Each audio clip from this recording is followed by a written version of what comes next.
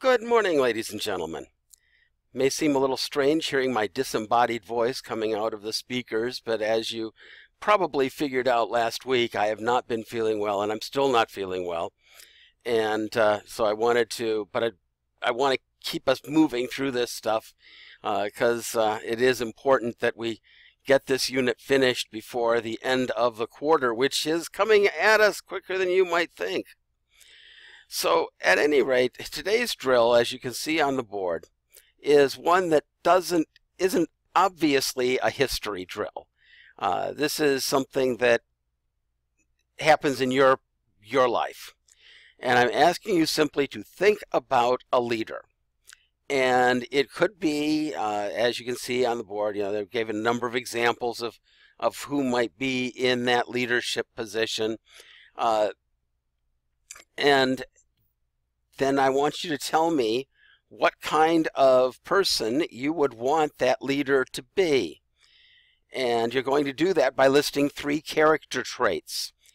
And character traits in this context mean the same thing that character traits mean when you're discussing characters in a book or something like that. In probably in English class, you've talked about character traits. I'm not going to give you a list because I don't want to have to then not allow you to use the ones on my list. If you want to talk about it with a neighbor or something like that, that'll be fine. So list 3 character traits and then tell me why it would be important for a good leader to have those 3 character traits. And I'm going to assume that this is going to take about 3 minutes. So I'm just going to shut up for about that long and let you get going on this.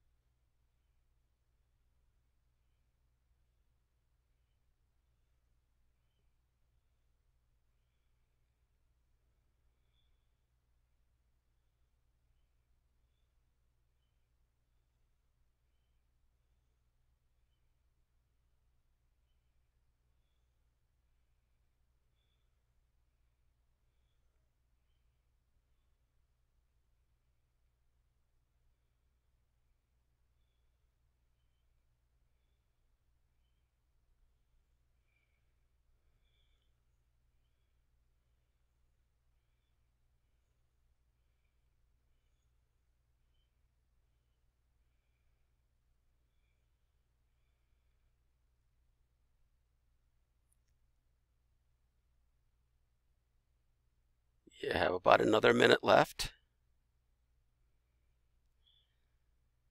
At this point, I'm going to talk to the substitute and say that if you think it's going to take them longer than that minute, just go ahead and hit pause on this, and it'll keep that screen upon the board.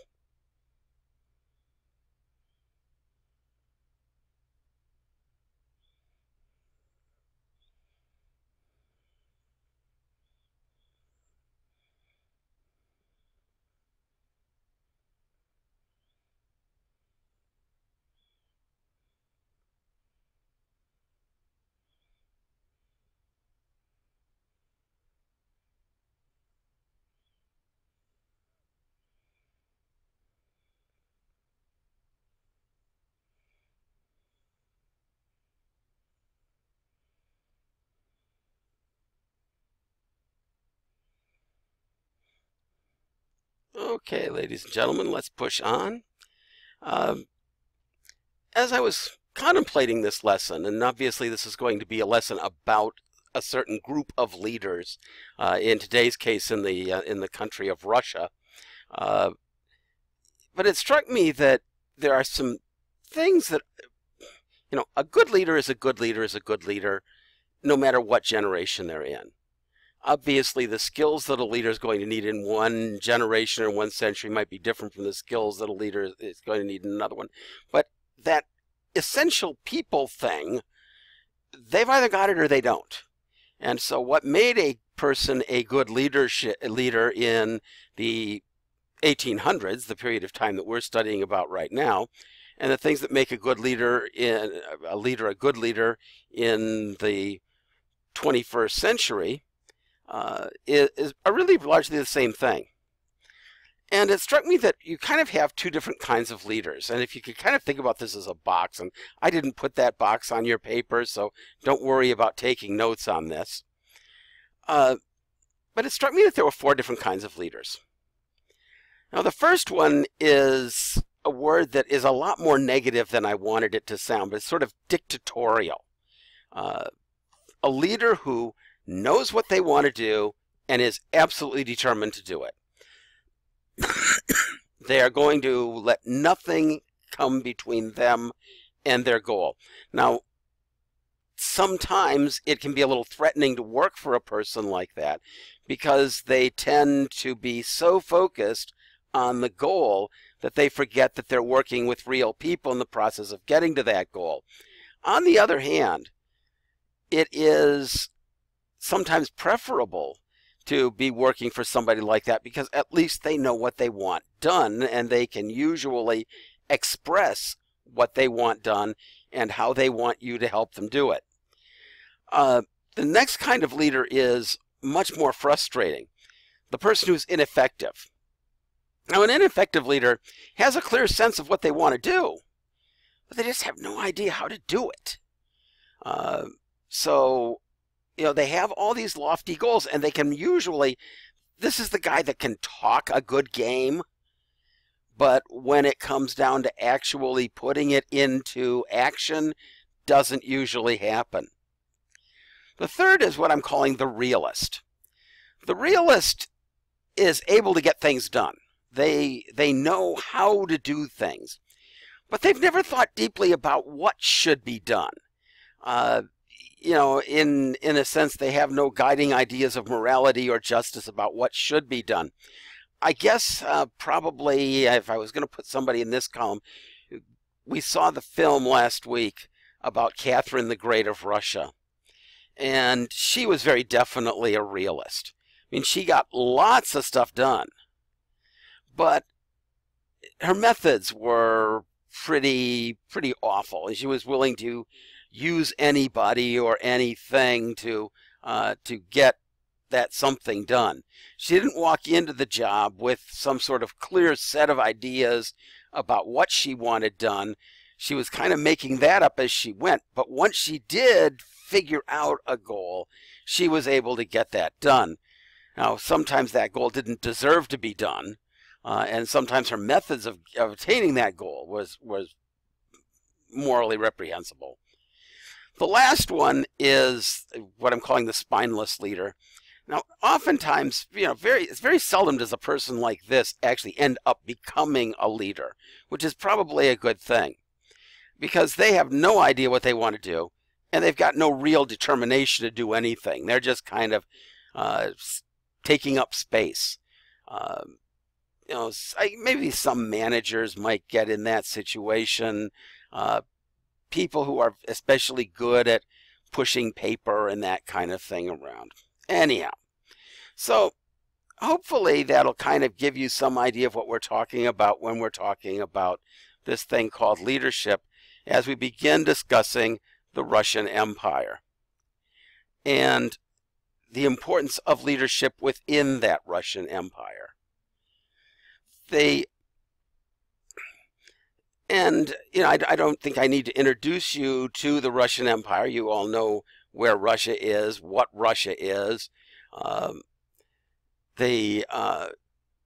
even today, the Russians have always had leaders that were unique cases, and certainly, as you said, you saw the film with Catherine the Great, who was was an excellent leader in some respects. Today we're going to be looking at, well, really be kind of focusing on two people who had the same job that Catherine the Great did, but about 75 years later. And we'll be taking a look at what that means in just a moment. So our objective is to understand the importance of leadership in any nation and to be able to analyze the strengths and weaknesses of the last emperor of Russia, Nicholas II. Nicholas II was part of the House of Romanov, as was Catherine the Great. Now, of course, she married into that family. Nicholas was born into it. But the Romanov family ruled Russia for about 300 years, starting in the year 1613. So, really 304 years. They would stop ruling Russia in 1917, but that's a lesson that's a long ways ahead of us. And the Romanovs built a large empire. You can see it on a very small map up there on the paper, and it shows the Russian Empire in green. It was about 1/6 of the Earth's surface. So this is a tremendously large empire. Now, much of it was pretty useless land, that's true, but it was a huge empire. These were people who, again, as you saw in the Catherine film, did like indulging themselves and their own tastes and their own pleasures. And so you can see the palaces in the other pictures on this screen. And so, they're not very much about making lives better for their people, as you will see. That was not a real goal for the Romanovs. And whether we're talking about Catherine or pretty much any of the rest of them. Now, by 1880, there are some significant problems in this Russian Empire. First, again, the size. It was 1/6 of the Earth's surface. Ruling 1/6 of the Earth's surface is difficult under the best of circumstances. There were, in the 1800s, no modern communications. The telegraph was around. The telephone had been invented, but it wasn't in wide use yet. And so it was really quite difficult for the leader of the country to actually keep track of what was going on in other parts of the country. And if I can refer back to that Catherine the Great film that you had, there was this rebellion. Remember, there was a rebellion by a guy named Pugachev who pretended that he was Catherine's husband, and he rallied a bunch of people to his support, and actually got quite powerful in part of Russia before Catherine even knew about it. It took months for her to even find out that this rebellion was happening, and then to put together the army that went and defeated them. Now, eventually that happened, but it took a while for that to take place. It was also a country run by tremendously selfish, corrupt people. The nobility of Russia was, again, all in it for themselves. They had industrialized partially. So it wasn't a total lack of industrialization, but they certainly industrialized a lot more slowly than the other countries of Europe. Really low standard of living. I'm going to be showing you some film in a few minutes, and you'll get an idea of how low that standard of living was. And then that gave rise to certain revolutionary movements that came along and would eventually overthrow the Tsar. Now, so Russia was a tough country to run. And it's very easy for us to sit here in the comfort of a classroom and say that person shouldn't have done that, that person shouldn't have done this, and yada, yada, yada. But it's tough running any country, especially a country like Russia as it was set up in the year 1880. It was difficult if the Tsar knew what he was doing. If the Tsar was weak, it was disastrous. So let's look at some of the other problems of Russia. First, as you can see from the picture, Russia really hadn't changed much in about 300 years. This is a picture of what later would come to be called Red Square. It's in the middle of downtown Moscow. And if you were to go there today, you would see many of the same buildings that are in this picture. Most Russians were peasant farmers. In other words, they did not own the land that they tilled, and they're making a living doing farming the same way their ancestors had. And you will find sometimes pictures of two Russian farmers, and one of them is pulling the plow as if he is the horse, and the other one is pushing the plow. And this was very, very common, and very difficult, back-breaking, hard work. They lived in basically these sort of wooden huts,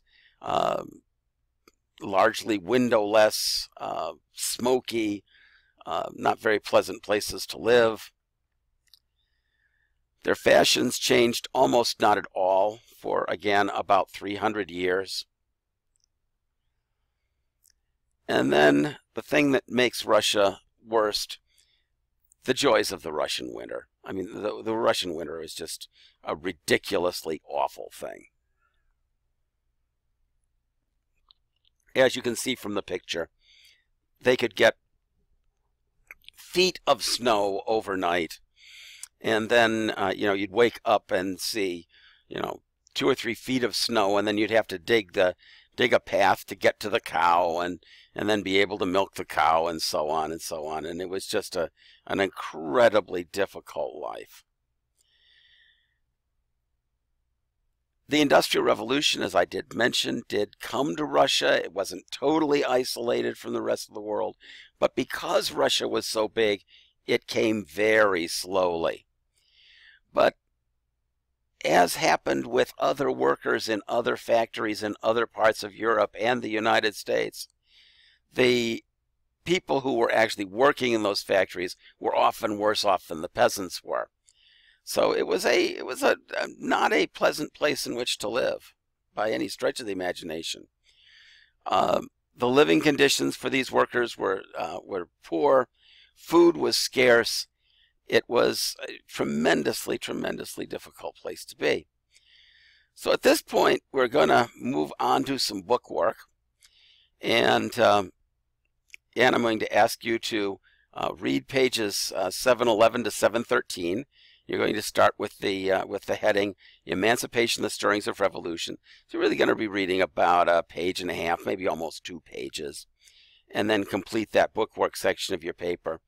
And I'm going to assume again that this is going to take about 20 minutes, and I'm going to ask your substitute to come over and hit the pause button on the machine so that you have the time to do that.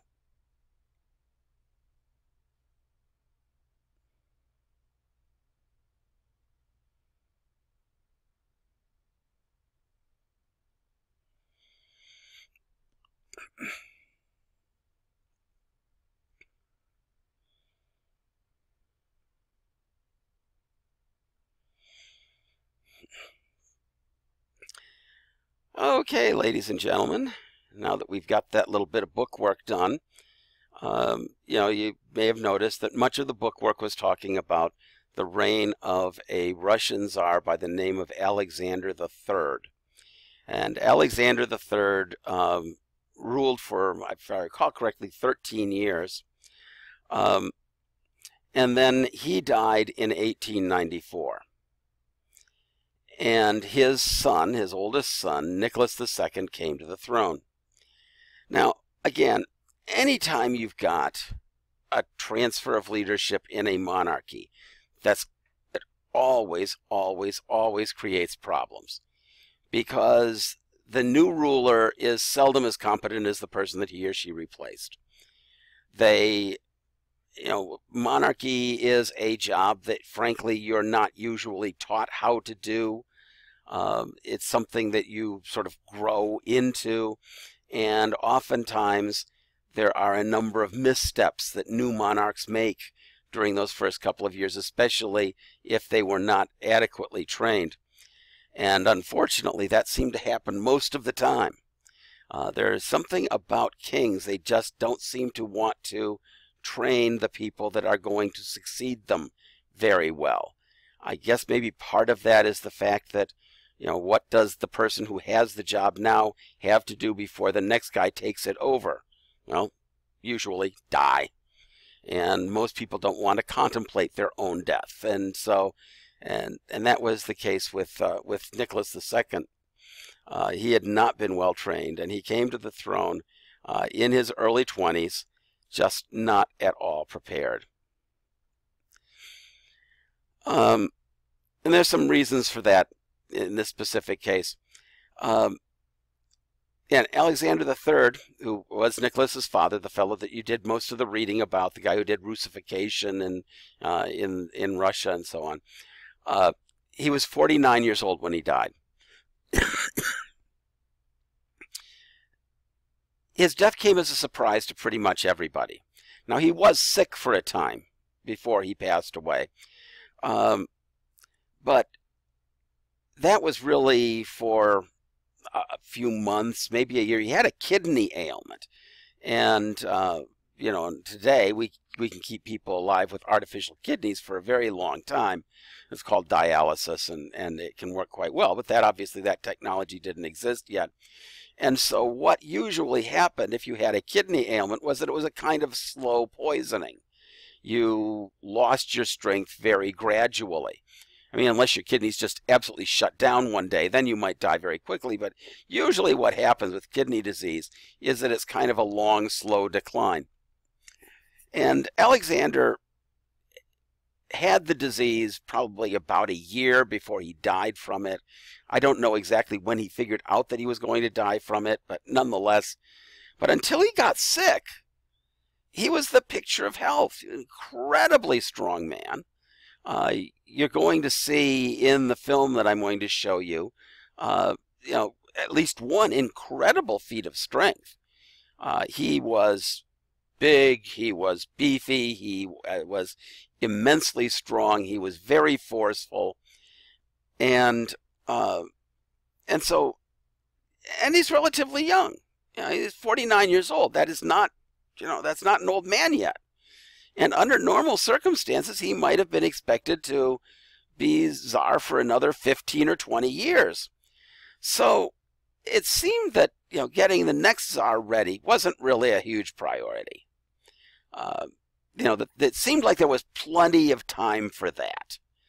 And Nicholas was, he was kind of being a typical rich kid. He had lots of money and lots of friends, and there were girls, and there was luxury, and there were tours that he took around the world, and so he had very widely traveled, but they'd not really taken enough time to make sure that he had learned how to be a king. And we'll give his father the benefit of the doubt and just assume that his father thought there was lots of time to do that. And by the time Alexander came down with this kidney ailment, it was just not, there just wasn't enough time at that point to train the new czar, because it takes time. Now, Nicholas was a good guy. You might well have liked him. He was an excellent father, a very good husband, absolutely loyal to his wife. He had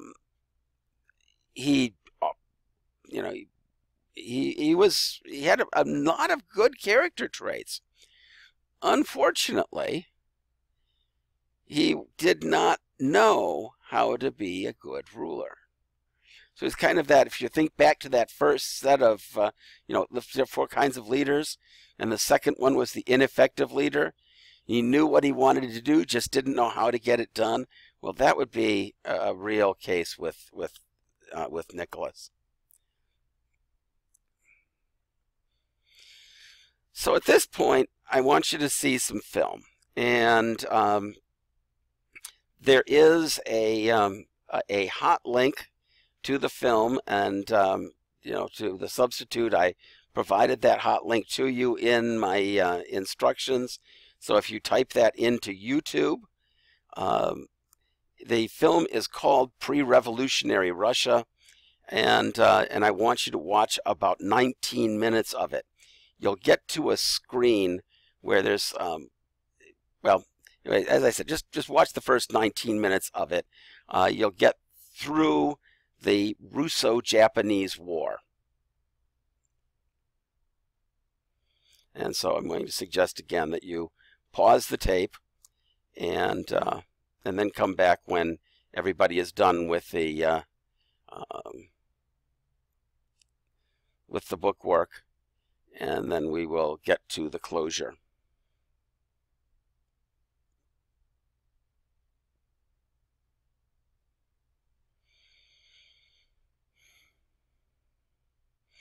Okay, welcome back. Now that you've seen the film, let's move on to the closure, and we'll call it a day.